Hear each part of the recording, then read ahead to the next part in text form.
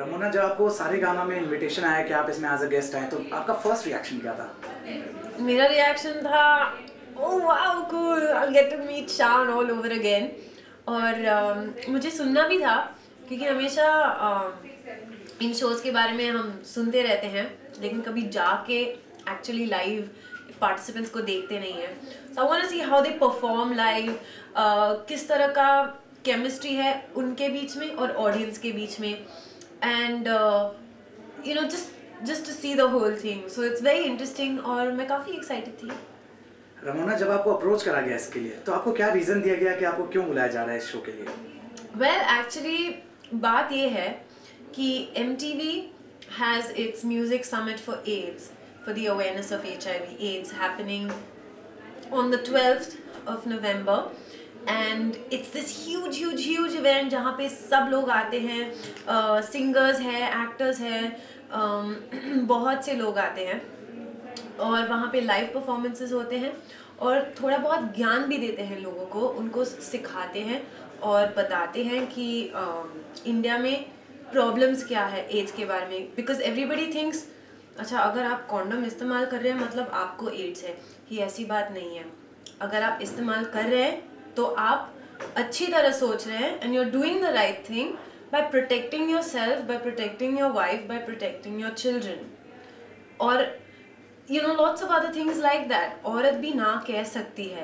These are little messages that we want to give out to people so that we stop the alarming rate that India has as far as HIV positive people go and the AIDS disease goes.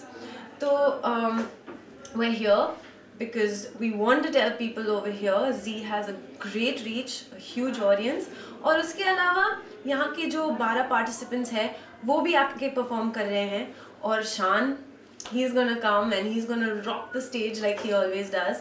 तो इसलिए हम थोड़ा बहुत यहाँ exchange कर रहे हैं। Ramona, आपको क्या लगता है कि सेलिब्रिटीज कितना इन्फ्लुएंस, कितना इंस्पायर करते हैं और जो आपका रूट लेवल ऑडियंस है? आई थिंक लोग सुनते हैं इसलिए सेलिब्रिटीज बन जाते हैं। अगर कोई सुन नहीं रहा है तो फिर भाव नहीं देते हैं तो फिर यू आर नोबडी। लेकिन when people do listen to you, you do become a somebody. तो I think it just works really well to have known faces, known people that are actually giving you facts and telling you good ways in which you should live your life. आपको क्या लगता है Ramona, Saregama दूसरे reality shows से कितना different है या किस तरह से डिफरेंट है? I think it's very different. पहले तो नाम ही उनका सारेगामा है and I think that's a really cool name to come up with, क्योंकि it's not about fame, yeah, it's not about being an idol. It's about the music. So that's why I just love the title. It just feels so real. It just feels so true. दूसरी बात ये है कि यहाँ पे हमारे साथ शान है and I think Shan is a true musical talent. क्योंकि it's not like he was a trained singer or anything. जब वो छोटे थे तो he and his sister used to listen to songs on the radio. You know, एक छोटा सा radio था उनके घर में and you know it's just his love. And he's turned his love into something that everybody all across our country loves. तो ये बात काफ़ी ख़ास है मेरे लिए.